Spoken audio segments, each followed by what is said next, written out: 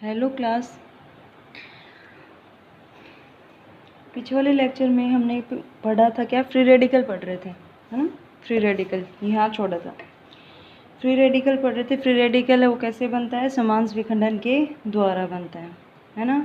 और उसकी जो ऑर्बिटल व्यू देखा था, समान विखंडन के द्वारा बनता है। तो जो कार्बन होता है उस पर क्या होता है, एक अयुग्मित इलेक्ट्रॉन होता है, अयुग्मित इलेक्ट्रॉन होता है। और इसमें कौन सा संकरण पाया जाता है, कौन सा संकरण पाया जाता है, sp2 संकरण पाया जाता है। sp2 संकरण पाया जाता है। 3 sp2 संकरित कक्षक होते हैं। sp2 संकरण है तो इसकी संरचना कौन सी होती है, त्रिभुजीय समतलीय होती है।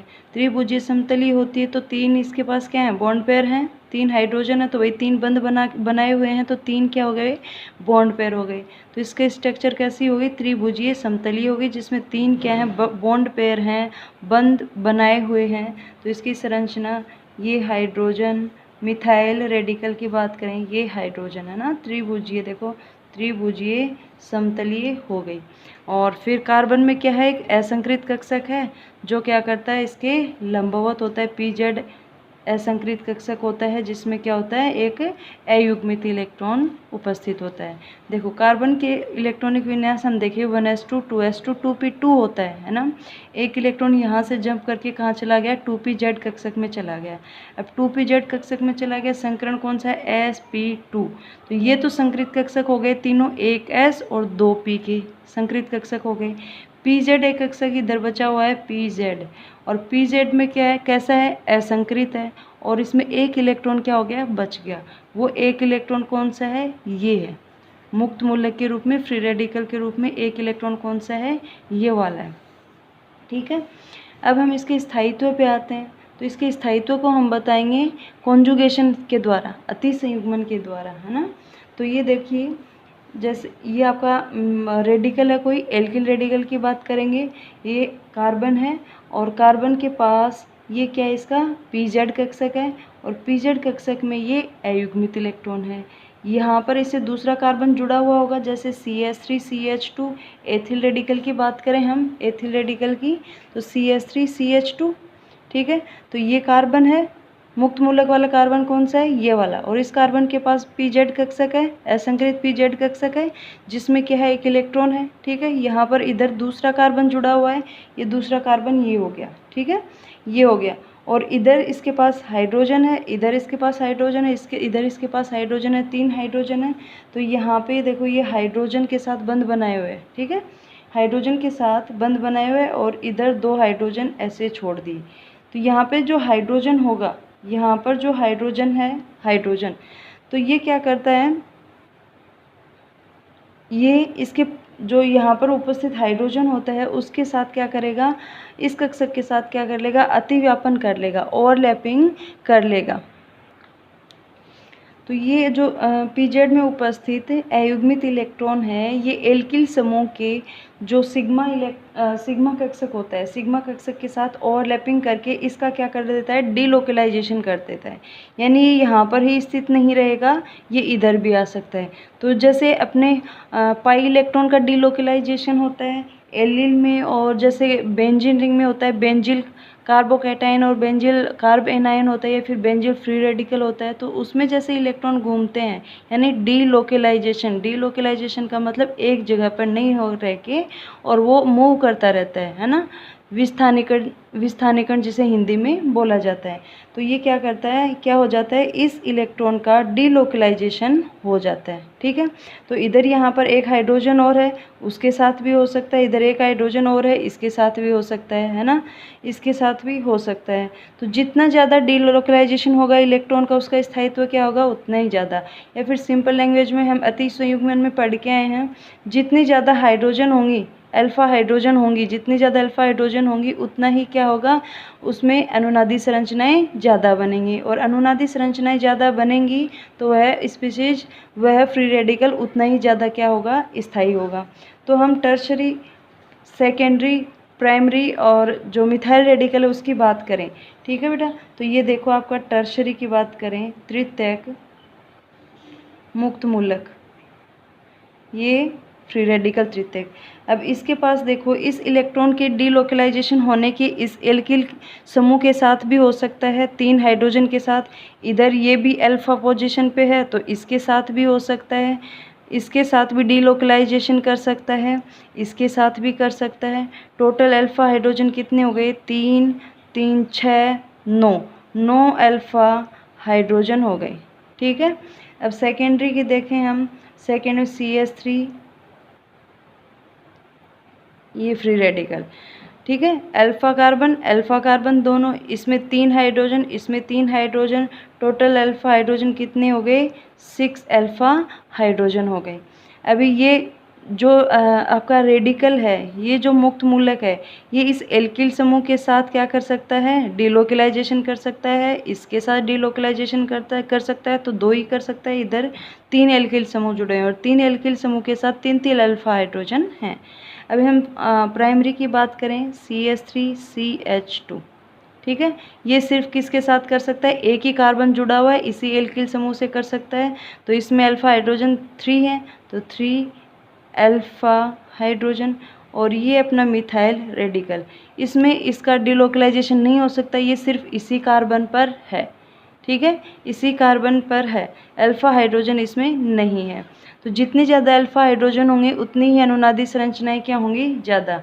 जितने अल्फा हाइड्रोजन ज़्यादा होंगे अनुनादी संरचनाएं क्या होंगी बेटा? उतनी ही ज़्यादा अनुनादी संरचनाएं ज़्यादा होंगी। किसके दो उसमें बेसिस पे पढ़ रहे हैं हम? अति संयुग्मन पढ़ रहे हैं ना। अति संयुग्मन पढ़ के है ना, नो बॉन्ड रेजोनेंस, अति संयुग्मन, है ना। तो अब इसमें देखो, टर्शरी, सेकेंडरी, प्राइमरी और मिथाइल रेडिकल। मोर स्टेबल कौन सा होगा? हम बात कर चुके हैं कि आवेश हो या फिर अपना जो मुक्त मूलक है, इनका क्या होना चाहिए? डिस्पर्सन होना चाहिए, वितरण होना चाहिए, एक ही कार्बन पर स्थित नहीं होना चाहिए। एक ही कार्बन पर यदि बढ़ेगा, आवेश बढ़ेगा, तो वो अस्थायी हो जाएगा। तो इसमें तो 3 हाइड्रोजन है जो 3 एल्किल समूह हैं जो हाइपर कॉन्जुगेशन के द्वारा क्या करेंगे? इस जो रेडिकल है इसको स्टेबलाइज करेंगे या फिर विस्थानीकरण करेंगे इसका। इसमें क्या है? 2 एल्किल ग्रुप, इसमें सिर्फ 1 एल्किल ग्रुप है। तो स्टेबिलिटी किसकी ज़्यादा होगी? 3 डिग्री की, देन 2 डिग्री की, देन 1 डिग्री और देन मिथाइल। ठीक है। तो इनका स्टेबिलिटी ऑर्डर क्या हो जाएगा? स्थायित्व क्रम क्या हो जाएगा? स्थायित्व क्रम 3 degree more stable, 2 degree less, इससे लेस स्टेबल, देन 1 डिग्री और देन मिथाइल रेडिकल। ठीक है। ये क्या हो गया? इनके स्थायित्व का क्रम हो गया एल्किल रेडिकल का, है ना, एल्किल रेडिकल का। तो हम क्या बोल सकते हैं? स्टेबिलिटी जो ऑर्डर है, स्थायित्व क्रम, stability order of alkyl radical. ठीक है। क्या हो जाएगा? 3 degree is more stable, then 2 degree, then 1 degree और देन मिथाइल रेडिकल। ठीक है। ये ही ऑर्डर हम किस में पढ़ के आए हैं? कार्बोकैटायन में। यही ऑर्डर क्या था? कार्बोकैटायन का था। कार्बोकैटायन में भी यही था, 3 डिग्री, 2 डिग्री, 1 डिग्री और मिथाइल रेडिकल। जबकि जो कार्बेनाइन था उसका क्या था? जस्ट ऑपोजिट, है ना, just opposite, 1 degree more stable, then 2 and 3 degree. Okay. अब इसकी कंपैरिजन करते हैं किसके साथ? जिसमें क्या हो? अनुनाद पाया जाता हो, एलील के साथ और बेंजील के साथ। तो एलील और इनमें क्या होता है? CH2 CH, ये होता है रेडिकल। इसमें क्या होगा? ये आपका पाई बंध है, ठीक है। और इधर कार्बन का ये मिथाइल रेडिकल का पी कक्षक है, पीजेड कक्षक है। पीजेड कक्षक में तो इलेक्ट्रॉन है। तो जो विस्थानीकरण होगा इलेक्ट्रॉन का, जो हाइपर कॉन्जुगेशन बोले वो होगा, वो किसके बीच में होगा? पी और पाई के बीच में, इसके बीच में और इस के डबल बॉन्ड के बीच में। तो इसको बोलेंगे पी पाई संयुग्मन, पी पाई संयुग्मन।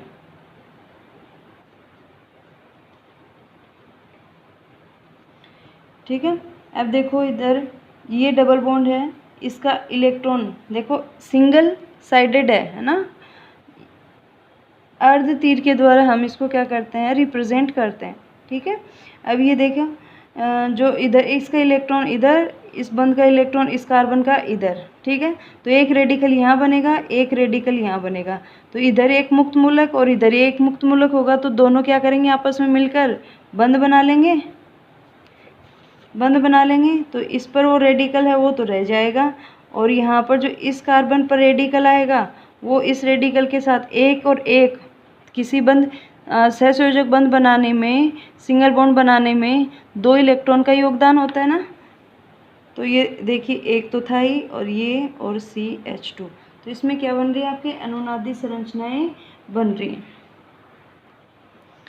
ठीक है, अभी नेक्स्ट हम बेंजिल की बात करें। Benzyl free radical, benzyl free radical.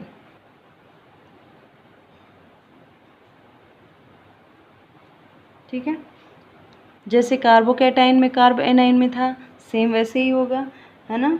बस इसमें एक एरो नहीं आके क्या आएंगे, 2 एरो, ये इधर और ये इधर। ठीक है, इस प्रकार क्या होगा, इनका समांश विखंडन होगा। यहाँ पे जो पाई बॉन्ड है उसका क्या हो रहा है, समांश विखंडन हो रहा है।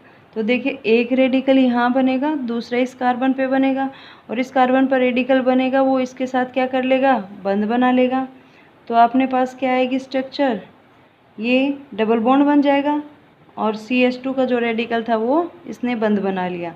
अभी ये बंध तो टूट गया, और ये बंध अपना यहाँ और ये यहाँ, और ये क्या आ गया, मुक्त मूलक आ गया।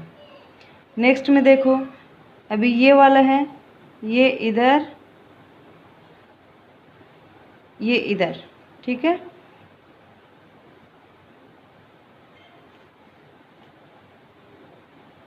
ये वाला बंध तो था ही, टूटा ये वाला है। अब देखो यहाँ पे रेडिकल, यहाँ पे रेडिकल, ये बंध टूटेगा तो इस कार्बन पर रेडिकल, इस कार्बन पर रेडिकल, तो इस कार्बन पर रेडिकल है वो तो ये आ जाएगा, यहाँ पर है उसने क्या कर लिया, बंध बना लिया। ठीक है, अब देखिए आगे, अभी ये वाला बंध, ये इधर, ये इधर।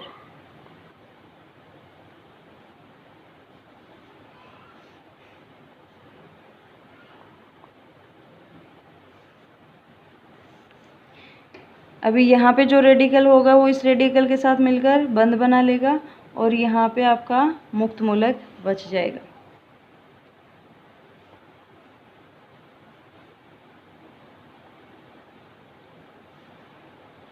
अब ये बंध डबल बॉन्ड जो है, ये इधर, ये इधर। ठीक है, तो यहाँ पर CH2 रेडिकल, ये अब इधर लेते हैं ये। अभी क्या हुआ, जो पाई बॉन्ड था उसका क्या हो गया,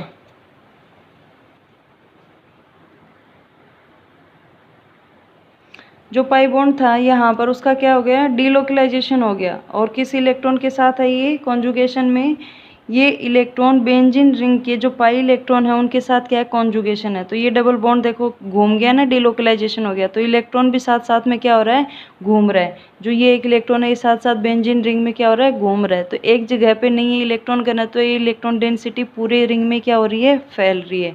तो कितने अनुनादी संरचनाएं ज़्यादा बन रही है, और अनुनादी संरचनाएं ज़्यादा बनेंगी तो उसका स्थायित्व क्या होगा, उतना ही ज़्यादा। तो इसकी अनुनादी संरचनाएं एलिल जो कार्बोकैटायन फ्री रेडिकल है, एलिल फ्री रेडिकल है उसकी तुलना में क्या होती हैं, ज़्यादा होती हैं। ज़्यादा होते हैं इसलिए क्या होगा, मोर स्टेबल होगा। तो अब समझ में आ गया, वही ऑर्डर होगा जो कार्बोकैटायन में पढ़ के आए हैं। तो मैं इन सब का ऑर्डर एक साथ लिख देती हूँ। मोर स्टेबल सबसे ज़्यादा कौन होगा, benzene, benzyl carbocation, benzyl carbocation. और बेंजिल में भी कौन से होते हैं, प्राइमरी, ये एल्किल ग्रुप ही तो मानेंगे इसको, एरिल ग्रुप है, आर ग्रुप है, एरिल ग्रुप है। ठीक है, तो इसमें क्या होगा, प्राइमरी, सेकेंडरी और टर्सरी, प्राइमरी, सेकेंडरी और टर्सरी। जो फ्री रेडिकल है ये डायरेक्टली कार्बन से जुड़ा हुआ है ना, तो इसमें भी क्या होगा, 3 टाइप के होंगे, प्राइमरी, सेकेंडरी और टर्सरी। तो टर्सरी है वो क्या होगा, more stable, then secondary, then primary, इनमें भी। ठीक है, तो देखो मैं ऑर्डर लिख देती हूँ इनका, जो मोर स्टेबल है उनका।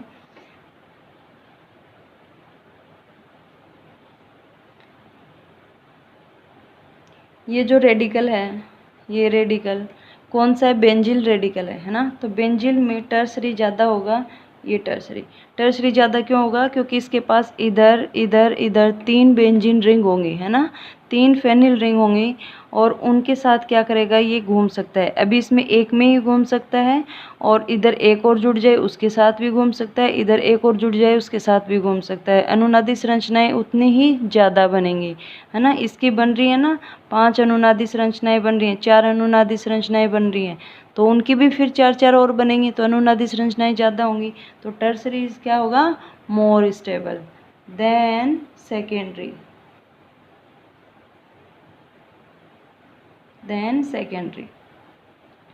secondary is more stable than primary, ठीक है। उसके बाद में प्राइमरी के बाद में क्या आता है, एल,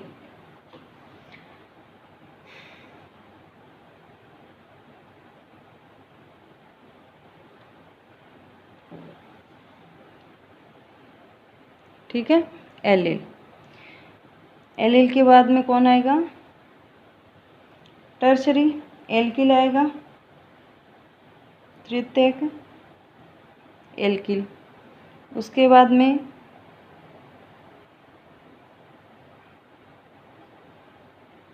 सेकेंडरी,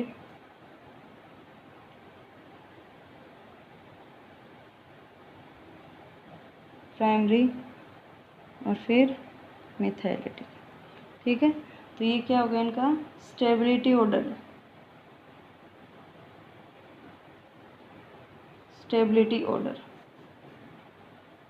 जो फ्री रेडिकल्स हैं उनका ये हो जाएगा, ठीक है।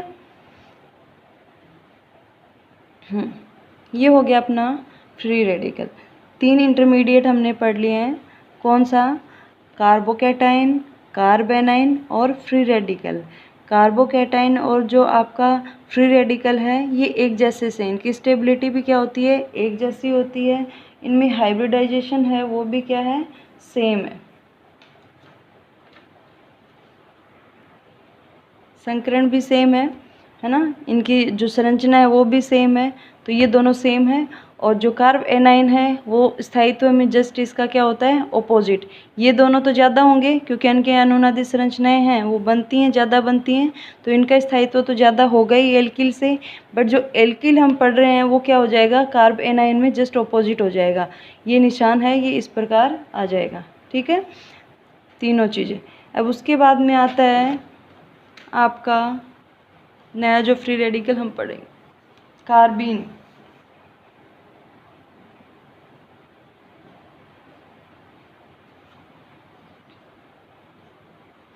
कार्बीन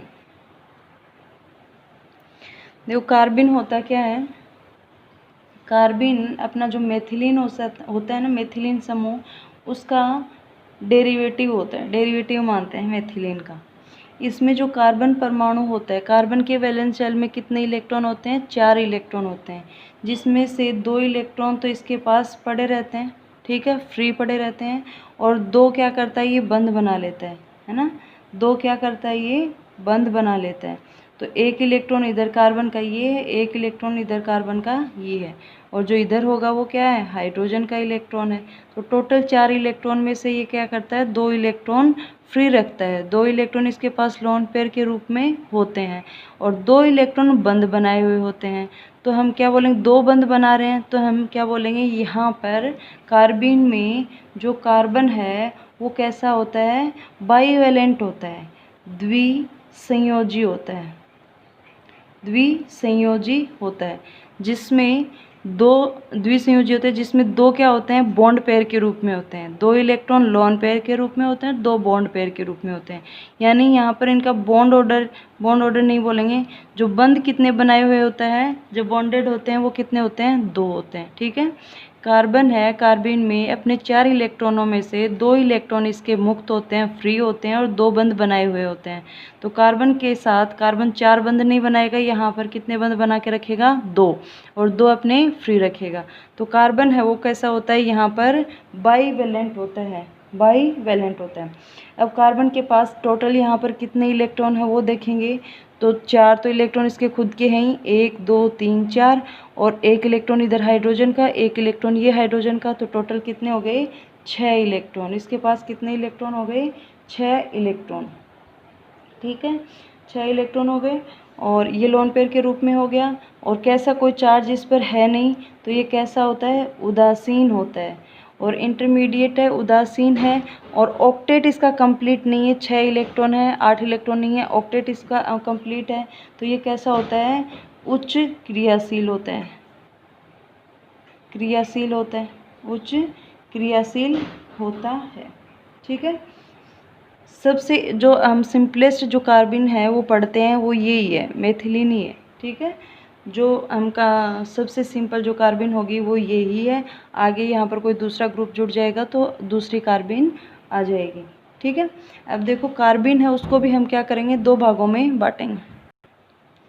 कार्बन है उसको भी हम क्या करेंगे? 2 भागों में डिवाइड करेंगे। 2 भागों में डिवाइड किस बेसिस पर करेंगे? इन 2 इलेक्ट्रॉनों के आधार पर क्या करेंगे? हम इसको 2 भागों में बांटेंगे। ठीक है, 2 भाग कौन से हैं वो देखो। 2 भाग होते हैं, एक होता है सिंगलेट, सिंगलेट, और दूसरा होता है ट्रिपलेट, ट्रिपलेट। ठीक है, हिंदी में एकक और त्रिक बोलते हैं। ठीक है, सिंगलेट और ट्रिपलेट याद रखो आप, सिंगलेट और ट्रिपलेट। देखो क्या डिफरेंस होता है, किस बेसिस पर? इन 2 इलेक्ट्रॉनों की बेसिस पर। अब इसकी जो संरचना देखें हम कार्बन की, ये कार्बन और इधर ये हाइड्रोजन और इधर ये हाइड्रोजन। यहाँ पर इसके पास क्या है? 2 इलेक्ट्रॉन है, 2 इलेक्ट्रॉन है, यानी एक लोन पेयर है। तो ये 2 इलेक्ट्रॉन हैं, ये क्या करें? दोनों इलेक्ट्रॉन हैं वो एक ही कक्षक में हो जाएं, दोनों इलेक्ट्रॉन एक ही कक्षक में हो जाएं। और एक कक्षक में इलेक्ट्रॉन होंगे, एक कक्षक में यदि कोई 2 इलेक्ट्रॉन होते हैं तो उनकी स्पिन क्या होती है? चक्रण क्या होता है? ऑपोजिट होता है।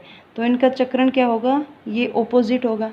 ठीक है, तब क्या होती है? सिंगलेट, है ना। सिंगलेट क्यों बोलते हैं, कैसे बोलते हैं, आगे देखेंगे। या फिर क्या हो, यहाँ पर ये कार्बन या हाइड्रोजन, यहाँ ये दूसरी हाइड्रोजन। तो दूसरी पॉसिबिलिटी क्या बनती है? ये जो 2 इलेक्ट्रॉन हैं ये कहाँ पर हों? या तो इसी कक्षक में, एक ही कक्षक में हो जाएं, या फिर अलग अलग कक्षक में, है ना। इनमें लड़ाई झगड़ा हो जाए और ये अलग, ये एक इलेक्ट्रॉन इधर और एक इलेक्ट्रॉन इधर, अपने अपने कक्षक में है। तो अपने अपने कक्षक में है तो इनका चक्रण क्या है? सेम है ना। तो अलग अलग हो गए। जो लोन पेयर के रूप में इलेक्ट्रॉन हैं वो या तो एक ही कक्षक में हो जाएं या अलग अलग कक्षक में हो जाएं। जब एक ही कक्षक में हो जाएं तो जो सिंगलेट और ट्रिपलेट बोलते हैं बेटा, इनको मल्टीप्लिसिटी बोलते हैं, बहुगता। वो इस फॉर्मूले के द्वारा डिसाइड होती है, इसके द्वारा निकालते हैं, 2s+1। तो यहाँ पर 2 तो 2 ही है, और s क्या होता है? जो आपकी चक्रण क्वांटम संख्या होती है ना, चक्रण क्वांटम संख्या, स्पिन। तो देखो एक इलेक्ट्रॉन के लिए कितना होता है? +½ होता है, और दूसरे इलेक्ट्रॉन के लिए क्या होता है? -½ इन दोनों को हम जोड़ेंगे तो क्या हो जाएगा? 0, है ना। क्या आ जाएगा? 0। तो यहाँ पर 2 × 0, s का मान कितना आ जाएगा? 0 +1, तो इक्वल्स टू कितना आएगा? 1। तो 1 है, सिंगल है, तो इसके लिए इसको बोलते हैं सिंगलेट बोला जाता है। और इसके लिए हम निकालें 2s+1 निकालें तो 2, यहाँ पर इस इलेक्ट्रॉन का +½ इस इलेक्ट्रॉन का +½ कितना हो गया? ½ हो गया 1, 1 प्लस ये आ गया, इक्वल्स टू कितना गया? 2 + 1 3 आ गया। तो इसको क्या बोलते हैं? ट्रिपलेट बोला जाता है। ठीक है, ट्रिपलेट बोला जाता है। जब दोनों ही जो ये लोन पेयर इलेक्ट्रॉन होते हैं जब एक ही कक्षक में होंगे तो उनकी जो स्पिन होगी, एक ही कक्षक में होंगे तो उनकी जो स्पिन होगी, जो चक्रण होगा, वो क्या होगा? युग्मित होगा। और ऐसे कार्बन जो रेडिकल होते हैं उनको क्या बोलते हैं? सिंगलेट कहते हैं, सिंगलेट कहते हैं। और जो ये कार्बन की 1 2 3 1 2 3, तो कौन सा संकरण होगा? इस प्रकार के जो सिंगलेट कार्बन होती हैं उसमें कार्बन है वो sp2 संकरण के रूप में पाया जाता है। ठीक है, sp2 संकरण के रूप में पाया जाता है। और ऐसे जो रेडिकल जिसमें जो अपने लोन पेयर के इलेक्ट्रॉन हैं, या फिर बोलें जो बंध में भाग नहीं लेते हैं, असहभाजित इलेक्ट्रॉन हैं, वो अलग अलग कक्षक में होते हैं अलग अलग कक्षक में होते हैं। तो वो कैसे कहलाती है? ट्रिपलेट कहलाती है, ट्रिपलेट कार्बन कहलाती है। और इसमें जो कार्बन है, कार्बन वो sp संकरण, sp संकृत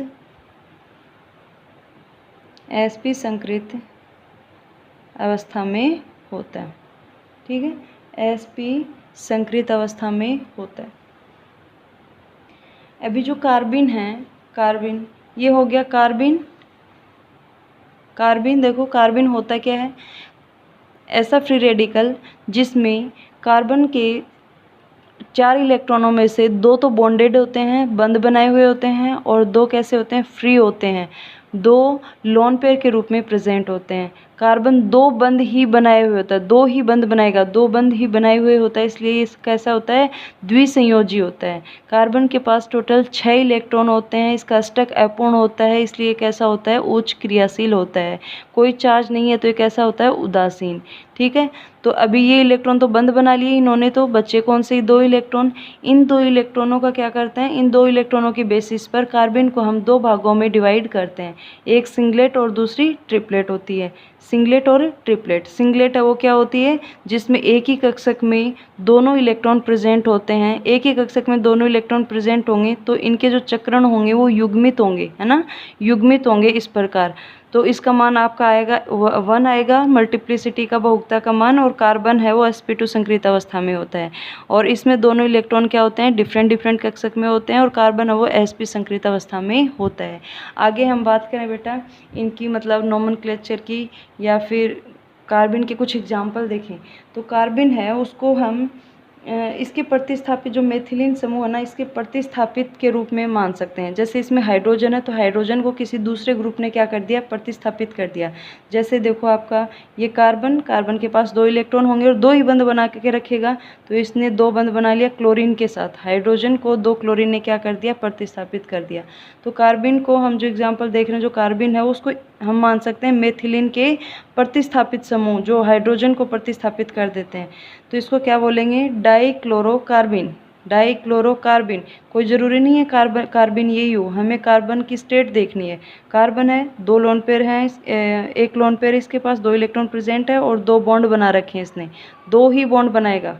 ये CH4 है, 4 बंध बना रखे हैं, कोई लोन पेयर नहीं है। कार्बन है, नहीं है, क्योंकि 2 बंध बनाएगा, 2 इसके पास लोन पेयर के रूप में रहेंगे, 2 इलेक्ट्रॉन है वो लोन पेयर के रूप में रहेंगे, तो डाइक्लोरोकार्बिन। दूसरा किसी अन्य ग्रुप के साथ करें, जैसे फेनिल ग्रुप है C6H5, ठीक है, और ये 2 इलेक्ट्रॉन इसके पास, बंध 2 ही बना रखे हैं इसने, ये कार्बन, ये इधर आपका फेनिल ग्रुप, बंध तो 2 ही बना रखे हैं, ठीक है, और 2 इसके पास इलेक्ट्रॉन है, तो इसको क्या बोलेंगे, डाइफेनिल कार्बिन। डाइफेनिल कार्बिन। कुछ और एग्जाम्पल देखें, जैसे आपका CH3COCH, जिसमें ये, अब देखो इसने 2 बंध, एक तो हाइड्रोजन के साथ बना रखा है और एक इधर कार्बन के साथ बना रखा है, ठीक है, कार्बन है और 2 इलेक्ट्रॉन इसके पास हैं, तो कार्बन है, श्योर है, ठीक है, तो इसको क्या बोलेंगे, CH3CO को क्या बोलते हैं, एसीटो बोलते हैं, एसीटो, है ना, तो एसीटो नाम क्या हो जाएगा इसका, एसीटो कार्बिन। ये कार्बिन है, इसे जुड़े हुए समूह को हम देखते हैं, उसके आधार पर ही क्या करते हैं, इनका नाम लिख देते हैं। ठीक है बेटा, ये कार्बन। आज इतना ही, बाकी कल पढ़ेंगे।